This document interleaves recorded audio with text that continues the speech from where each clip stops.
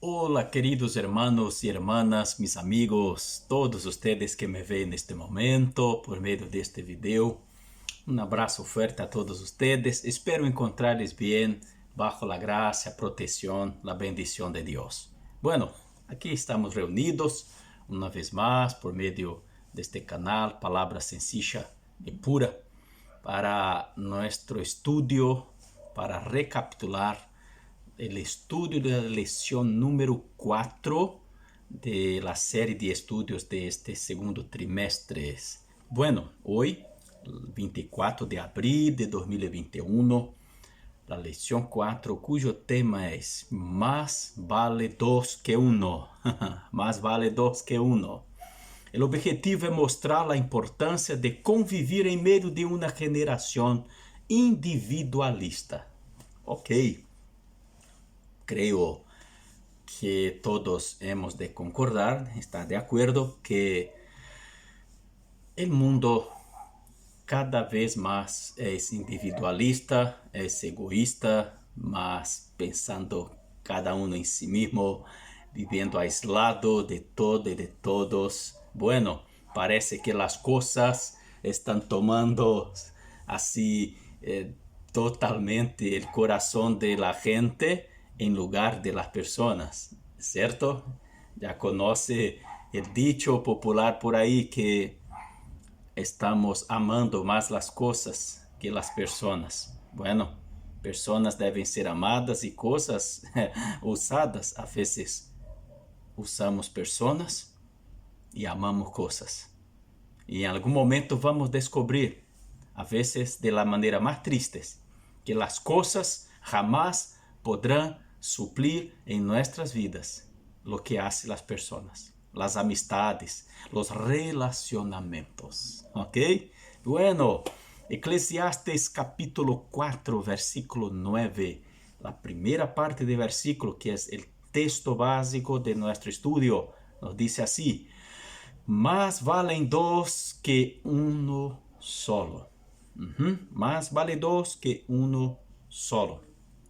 La introducción de este estudio, querido amigo, amiga, mi hermano, mi hermana, tú ahí de nuestra querida iglesia en Bella Unión y en todos los hermanos, demás grupos de este lindo país de Uruguay y donde quiera que estén nos viendo. Vamos juntos en este estudio, queridos, aprender mucho. Vamos a rever algunos conceptos e incluso, si necesario, cambios de actitudes. Bien, introducción, dinos así. Hay un proverbio conocido que dice: si quieres ir rápido, camina solo. Si quieres llegar lejos, ve acompañado. ¡Wow! Vale la pena repetir, ¿sí? Si quieres ir rápido, camina solo. Si quieres llegar lejos, ve acompañado. Gloria a Dios. Este proverbio rescata un principio importante que será el tema de la lección de hoy: el compañerismo. De esto se trata, queridos hermanos y hermanas, de compañerismo. En medio de una generación individualista como la nuestra, que tiende a pensar en las relaciones como moneda de cambio, hablar de este tema es más que necesario. Sí, de acuerdo en esto, ¿eh? Nuestra base será el capítulo 4 de Eclesiastés. Allí, el predicador habla de la necesidad del compañerismo en un mundo repleto de opresión, injusticia, envidia, competencia, soledad, materialismo y avaricia. Veremos que caminar solo es vivir una vida difícil. Afinal, Dios nos creó para relacionarnos unos con los otros. Vamos a aprender que, sin duda, es mucho mejor dos que uno. Vamos, abra tu corazón y tu oído, ojos atentos. Vamos a estudiar este tema tan relevante tan urgente para nuestros tiempos, queridos, en medio de una generación individualista que acostumbra pensar en relacionamientos como moneda de cambio. Más que nunca se hace necesario estudiarnos este mensaje, ¿ok? Este tema tan importante. Miremos el texto. La estructura de este capítulo de Eclesiastés es muy interesante. Como en otras partes del libro, el autor lanza una serie de comparaciones destacando lo que es mejor. Como Eclesiastés capítulo 4, versículo 6, versículo 9, versículo 13. Es como si el autor tomara una cámara y capturara varias imágenes de la vida individualista y señalara algo mejor para quienes quieren vivir con sabiduría. ¿Para qué sirve vivir en compañía? ¿Para qué sirve vivir en compañía? Eso es lo que nos explica el sabio, el escritor de este libro. El primero ítem de este comentario de la lección, que nos trae lecciones muy importantes, enseñanzas que deben marcar, nortear, que debe regir nuestra conducta en los relacionamientos, en las amistades. Debemos entonces de ojos fijos, oídos atentos, corazón abierto. Queridos, vamos al texto, vamos a reflexionar sobre esto. Entonces vamos leyendo y comentando, y tú ahí en su casa, quizás junto con su familia, cuando necesario, dê un pause, una paradita ahí, interrompe el video, discute, comente, volvamos a él y vamos siguiendo sacando el máximo provecho de este estudio tan relevante, ¿ok? Para enfrentar la opresión. La primera imagen capturada por el autor de Eclesiastés es la opresión. Bueno, esto basado en capítulo 4, versículo 1 al 3, ¿ok?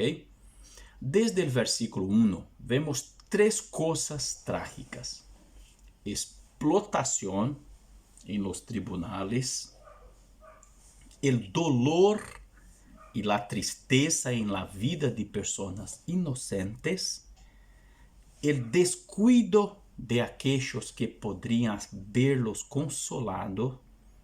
Bueno, recordemos que fue el mismo rey Salomón quien vio esto y quedó devastado. Ni siquiera el rey pudo evitar estas malas hierbas de la sociedad. Queridos, Salomón sintióse impactado, chocado y lamentó mucho lo que vio en la sociedad, en su tiempo, en medio de la gente en la cual él vivía. Bueno, esto nos hace ver que no es un problema solamente de nuestros días, ¿cierto?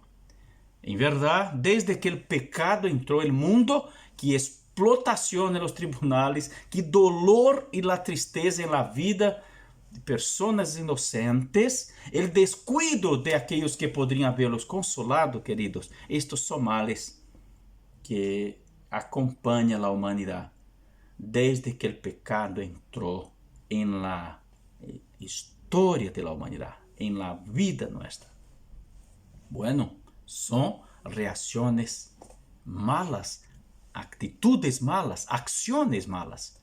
Y normalmente las reacciones frente a estas acciones también son malas. Y esto se torna un ciclo vicioso, destructivo, y lamentablemente todo va de mal a peor. ¿Por qué estudiamos esto? Porque debemos hacer la diferencia. Debemos, queridos, actuar diferente nuestras acciones y reacciones tiene que ser diferente del mundo. No podemos entrar en esta línea de actitudes, de acciones y reacciones. Tenemos que actuar y reaccionar como cristianos, como hizo nuestro Señor Jesús mientras anduvo en la tierra con nosotros. Así debemos imitarlo, hacerlo también. ¿Ok? Tal es el disgusto por la escena de la injusticia que en el crudo análisis el autor llega a afirmar que la muerte es mejor que estar en esta situación, conforme se ve en versículo 4 y 2. Capítulo 4, verso 2. Y que es mejor nunca haber existido. Versículo 3 afirma esto. ¡Wow! Pero vamos a entender mejor esta afirmación, ¿ok? Nadie debe compreender mal esto. No podemos nos equivocar al interpretar un texto bíblico, incluso uno como este. Por supuesto, necesitamos poner esta declaración en el contexto correcto. Esto no significa que debamos renunciar a la vida, porque un poco más adelante en Eclesiastés 9 y el versículo 4 se nos dice que para los vivientes hay esperanza. Entonces no se trata de un incentivo a desistir de la vida. No es un incentivo a perder la gana de vivir, a renunciar a la vida, a desistir, a desanimarse o a entregarse al desánimo. No, esto de ninguna manera pasó por la cabeza del escritor. No fue esto que Espíritu Santo nos quiso decir al usar Salomón para escribir esto. Mira, de hecho podemos esperar en medio de la opresión impuesta por tiranos, ¿eh? Los tiranos imponen mucha opresión, sí. Cuando tenemos a Dios a nuestro lado y cuando damos la mano a los demás en un gesto de compasión. Queridos, de hecho, nosotros podemos esperar que en medio de toda esta opresión que nos es impuesta, nosotros no debemos desistir. Esperemos. La esperanza debe estar en corazón de aquellos que confían en Dios, que tienen a Dios y que están de manos dadas a los otros, unos a los otros, unidos, luchando juntos.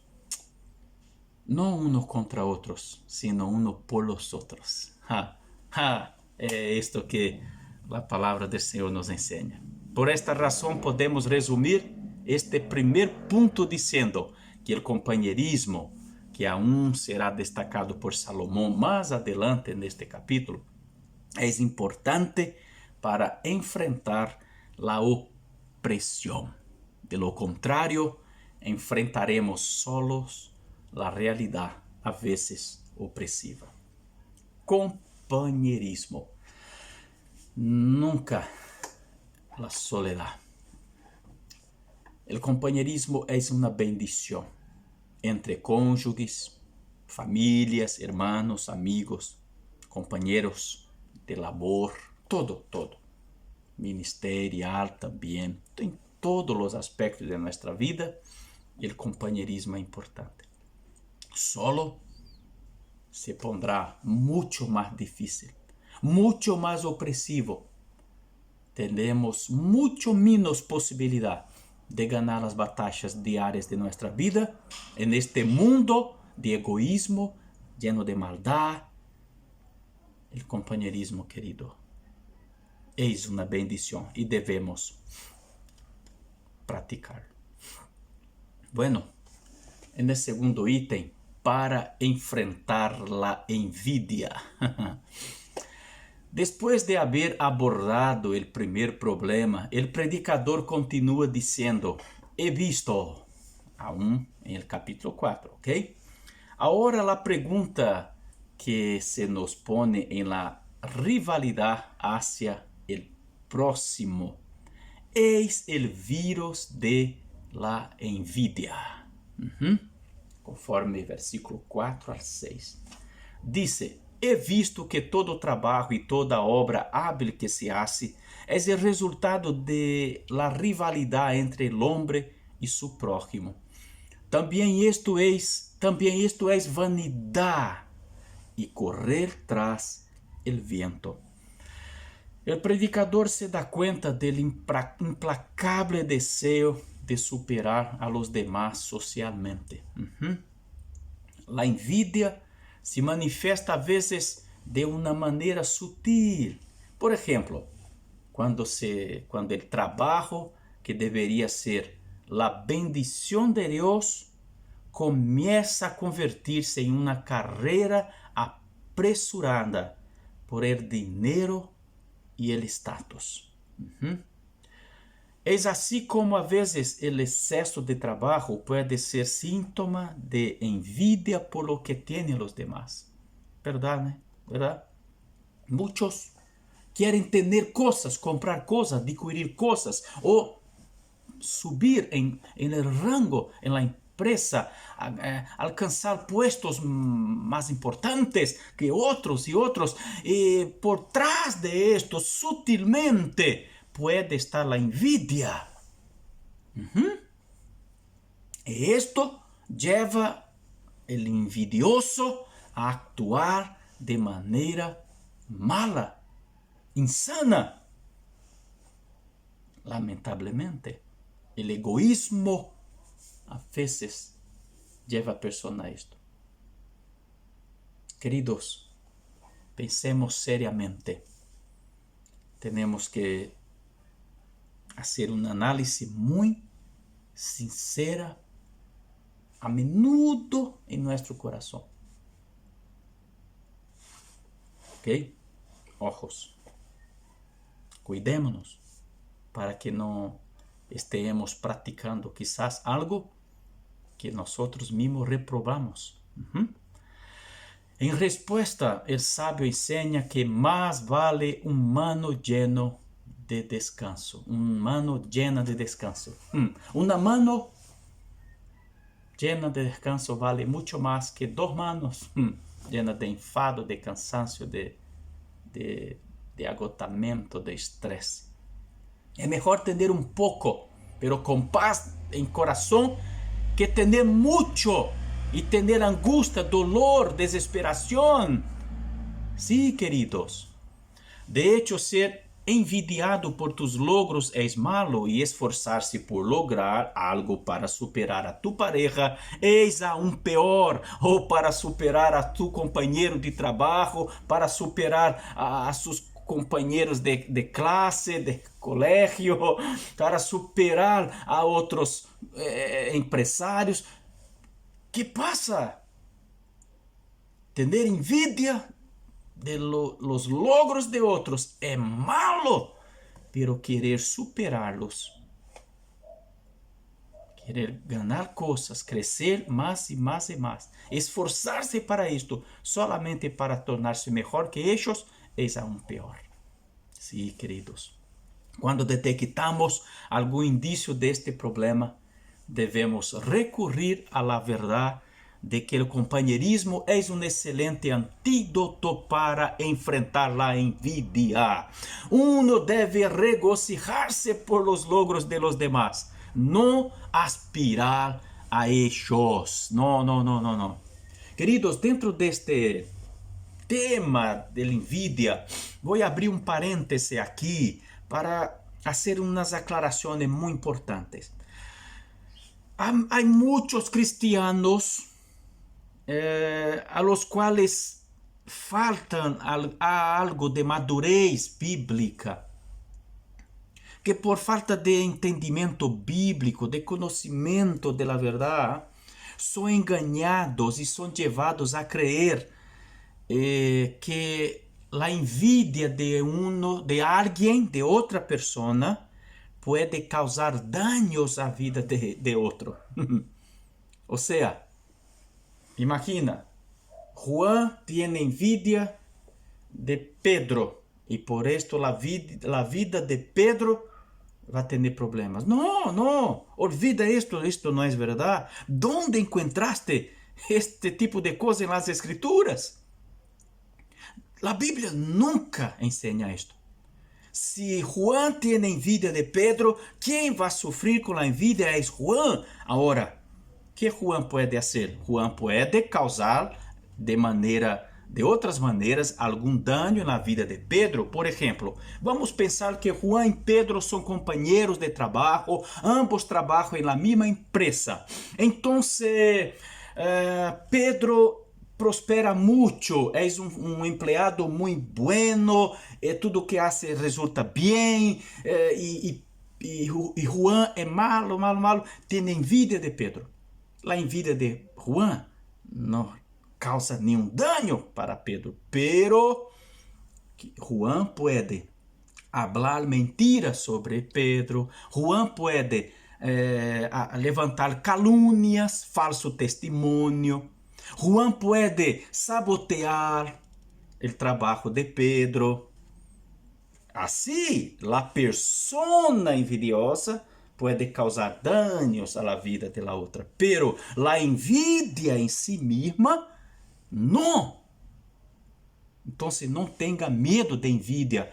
Eu já estou aburrido, cansado e alguma vez incluso enojado de tanto escuchar estas tonterias de cristianos que não estudam a Bíblia, que não entendem quem é Jesus em sua vida e vivem morrendo de medo de la envidia de las outras pessoas. Mas me para com isto, por favor. Não pense isto. Que pode a envidia de outro causar em tu vida? Cuidado com a persona, não com a envidia de la persona. A envidia em si mesma não tem poder, sino de tornar a vida del mismo envidioso uma vida triste, uma vida amarga. Pero tu tienes a Cristo. Tu sabes quem é Jesus? Então, descansa tu coração, siga adelante e confia em el Senhor, ¿ok? Bueno, espero haber aclarado esto. Vamos cerrar el paréntese. Não me venha contar um monte de experiência que fulano tinha em vida de cicrano e a vida desse... por favor, estou falando de Bíblia. Não me venha com experiencialismo, não me venha com empirismo, porque isto não vale de nada. São histórias contadas. A Bíblia é verdade absoluta, são princípios estabelecidos por Deus. ¿Ok? Bien. Bueno, vamos a la continuación. Para enfrentar la soledad. El predicador continúa con sus hallazgos. Es otra imagen de la vida de los que deprecian el compañerismo, pues comienza a decir. Observe otro ejemplo. Versículo 7. El problema es específicamente la soledad. Bueno, ¿de qué sirve ganar cosas y no tener gente con quien compartir? En este caso es evidente que los bienes materiales son superfluos sin relaciones. Pero eso mismo, el versículo 9 dice que es mejor ser dos que uno, porque ambos pueden ayudarse mutuamente a lograr el éxito. Mejor ser dos que uno. Queridos, personas valen más que cosas. Tener muchas cosas y no tener personas no sirve de nada. La soledad será tu compañera. No se contenta con esto. No aceita esto en su vida. Valorice más los relacionamientos que las cosas. Muy bien. A partir de ese momento nos enfrentamos a 4 ilustraciones muy vívidas sobre el valor de las relaciones. La primera es la caída. Imagínese estas noticias en las que alguien por accidente se cae em algum agujero profundo, solo saldrá se alguém lo recoge. Exatamente. La segunda ilustración es la de pareja en un día de invierno que puede calentarse antes de acostarse. Si uno está solo, los escalofríos se apoderarán de su cuerpo. Es mejor ser dos que uno.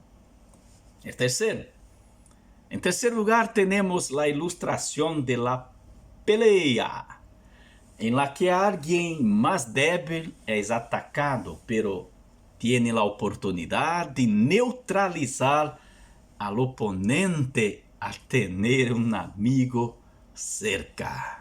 Solito podrá sofrer muchos golpes y al final desmayarse. Pero con compañero, los dos juntos podrán resistir y ganar la pelea. Es mejor ser en dos que uno. Y es claro que la expresión dos aquí no es absoluto. Esto puede ser 3, 4, 10, 100 mil. Lo que quiere decir es que no debemos estar solos. Bueno, y ahí por último se pone la comparación de la cuerda triple, de cordón de 3 filos, ¿ok? Que ciertamente tendrá más firmeza que un cordón de un solo filo. Así, el sabio asegura que el compañerismo es útil no solo para enfrentar la opresión y la envidia, sino también la terrible realidad de la soledad. Queridos, nosotros enfrentamos la opresión, enfrentamos la envidia y enfrentamos la soledad por medio del compañerismo.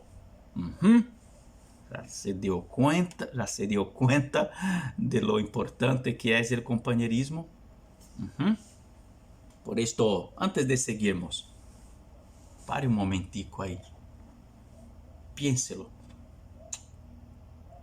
Dá una miradita hacia dentro de corazón, en su mente, en su memoria. ¿Has valorado el compañerismo? Vamos pensar em algo aqui. Será que o celular hoje ha tomado mais tempo em nossa vida que nosso cônjuge, que nossos hijos, que nossos amigos, que nossos hermanos? Nos preocupamos demasiado com coisas e nos olvidamos de las personas que estão a nosso derredor, que são uma bendição. Hemos envidiado los logros de outras pessoas e por isso hemos luchado tanto, trabajado para crescer e ganhar e tornar-nos melhor que eles. Cuidado. Bueno, para enfrentar la insensatez, quarto item. El sábio agora describe o estilo de vida insensato. Capítulo 4, verso 13 al 16. Se lo revela a um rei necio que, por sua edad e experiência em el trono, se vuelve insensible e não aceita mais consejos. El rei se volvió arrogante. Certamente um dia morirá e el joven de origen humilde ocupará su lugar en el trono. Verso 14, 15. Bueno, al final el rey necio y autosuficiente será olvidado, aunque es solo una ilustración, encaja como un guante en la historia de muchas personas que, como el rey, tonto que vuelve incondicionales o susceptíveis de ser ensinados por sua arrogância. Uau, isto é muito sério, hein? Igualmente, devemos de novo fazer uma análise muito minuciosa em nossa vida. Hemos nos comportado assim a vezes, de vez em quando, muito pouco, muitas vezes actuamos assim. Hemos sido assim. Se não, bueno, mejor que sigamos assim, sin actuar desta maneira. Pero se detectamos algo de isto em nossa vida, este é o momento em que Deus, por meio de sua palavra, nos diz: pare com isto agora, cambie tu comportamento. Para mim e para ti, este mensaje. Ojos. Muito bem. Quando valoramos a amistad, o companheirismo e a relação, aprendemos a escuchar a las personas, a receber seus consejos e amonestações. El sábio não é alguém que crê saberlo todo, sino que sempre está aberto a aprender de su prójimo. Queridos, se queres saber quem é o mais insensato, mais necio, mais tolo de los hombres, é aquele que crê já não necessitar aprender nada de nadie. É aquele que tapa os ouvidos para os conselhos de outros porque presume muito de si mesmo, pensando saber todo. Este é o que não sabe nada. Quizás conoce muita informação, pero nenhum entendimento. Quizás já ha leído miles de livros, pero não guardou nada de lição de vida. Não. Em todos os âmbitos de la vida, em sociedade, em la política, em los negócios, em la escola, em el barrio, ou incluso em la família, há pessoas queridos, há pessoas que não sabem escuchar a las pessoas com las que se relacionam, poniendo em risco amigos e empresas, aislando-se totalmente. La autossuficiência los ha vuelto necios. Alguém sem juízo. Diz ser sábio, sus logros, individualidades petrificaram sus corações e los cegaram a la verdadeira sabedoria. Lo tornou muito presunçoso, arrogante, soberbio, autossuficiente. Fatalmente vai chocar-se com a triste realidade de que é o mais tolo de los hombres. Bueno, quem actúa assim é o que lhe está reservado. Por isto, outra vez, hacemos uma análise interior. Se há algo de isto em nós, o momento de cambio é agora, neste momento. Finalmente vimos que o companheirismo é útil em todos os sentidos. É um ingrediente indispensável para que podamos ganhar a la opressão, a envidia, a soledade e a insensibilidade na vida. Muito bem, em efeito, como diz ser sábio, é melhor ser dos que uno. Muito bem. Queridos, vamos seguir agora. Temos aqui o segundo tópico. Miremos la vida. Por el bien del compañerismo, revise sus conceptos. En esta lección hemos aprendido que el compañerismo es excelente para muchas cosas. Sin embargo, hay una pregunta que flota en el aire. Muy bien. ¿Qué debo cambiar en mi vida ante esta lección? Vamos a repetir la pregunta. ¿Qué debo cambiar en mi vida ante esta lección? Podemos começar revisando nossos conceitos. Se miramos bem, o problema de la opressão provém de uma concepção errônea del valor, em la que el dinero es más importante que las personas. Por eso hay corrupción. Así es con la envidia, la soledad y la locura, la necedad. Necesitamos repensar los conceptos y las relaciones que tenemos. Sí, queridos. Ante Dios, un patrón o un jefe no es más importante que un empleado. Un hombre de influencia no tiene mayor valor intrínseco que esa persona que nunca se pondrá en la calzada de la fama.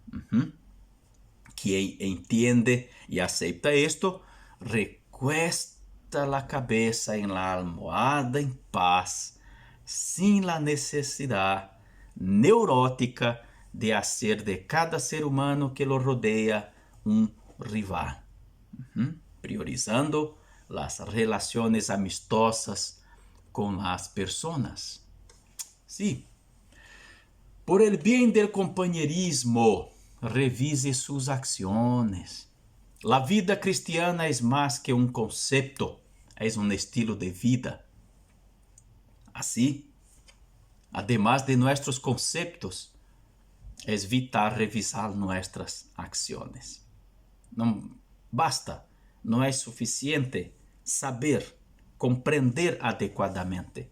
Es necesario practicar, conducirse adecuadamente, de acuerdo con lo que se entiende. Sí.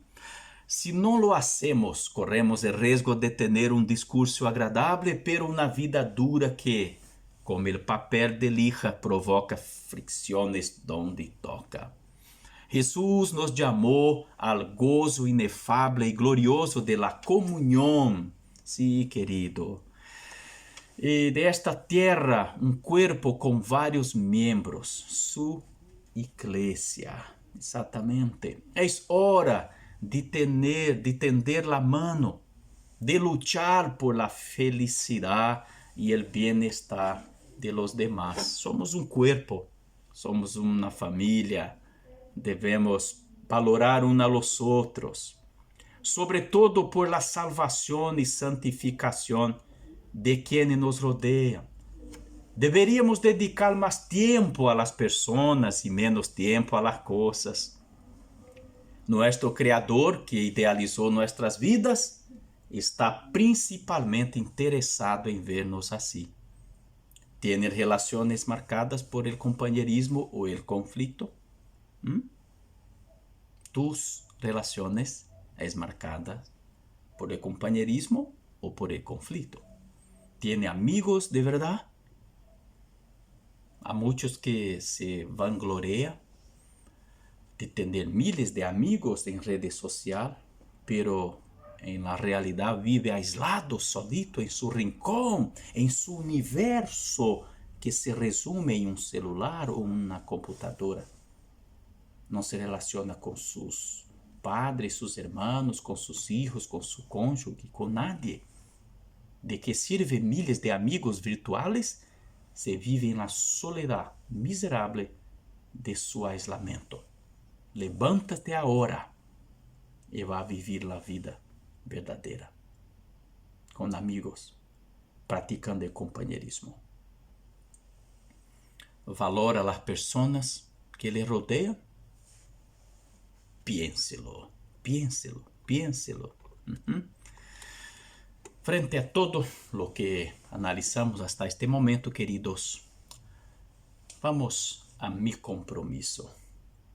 Hay un proverbio hebreo que dice: un hombre sin amigo es como la mano derecha sin la izquierda. Nada más cierto que esto. Es imprescindible vivir la comunión en estos días. Hagamos eso. Hagamos nuestra parte y esperemos la ayuda divina. Además de ser transformados, podemos transformar a otros a través de nuestro ejemplo.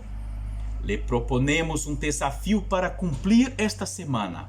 Piense en alguien que por alguna razón se ha alejado de usted. Puede ser un hermano, un amigo, incluso un cónyuge.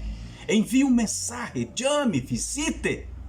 Si es posible, mire lo que puede hacer para crear lazos de amistad más profundos. Ante todo, ruegue a Dios. Puede sorprenderse positivamente con los resultados. Aleluyas. Glorias a Dios. Bueno, frente a todo, eu quero te invitar a uma oração. Quizás tu ha vivenciado em sua vida a tristeza, a angústia de la soledad, de la opressão, de la envidia, de la insensibilidade. Uma destas coisas, algumas de ellas ou todas ellas, e hoje dar-se conta de que algo tem que cambiar em sua vida. Não só o conceito, sino a conduta sua. Bueno, vamos falar com Deus, clamar a Ele que te ajude, que nos ajude, que logremos vivir esta palavra, queridos. Senhor, muita graça por este estudo, por este mensaje, por esta palavra tão preciosa que vino a todos nós outros. Pois vivimos realmente, Senhor, em meio de uma geração, lamentavelmente, ó Deus, aislada, egoísta, individualista.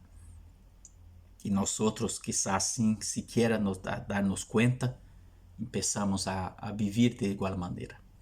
Queremos cambiar, Senhor. Se necessário, os conceitos e a conduta. Em nome de Jesus, que seamos novas pessoas a partir de hoje.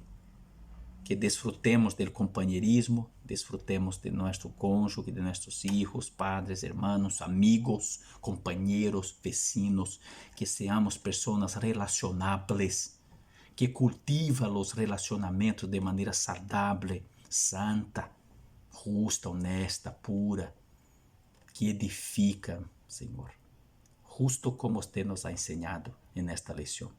Ajude a todos nós outros, ajude a esta pessoa que se deu conta hoje que tem que passar por um cambio radical, total, ou a estas que entendem que tem que cambiar algumas coisas.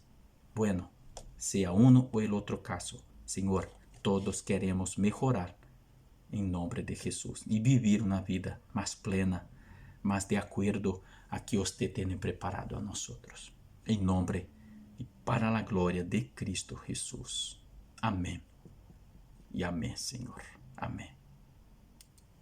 Muito bem, queridos. Que Deus lhe bendiga e que haja sanidade em tus relações com seu marido, com sua esposa, com seus filhos, com seus irmãos, com seus amigos, seus vecinos, seus companheiros de trabalho, de colégio. Bueno, com todos os que estão a tu redor. Bendiciones em nome de Cristo Jesus. Amém.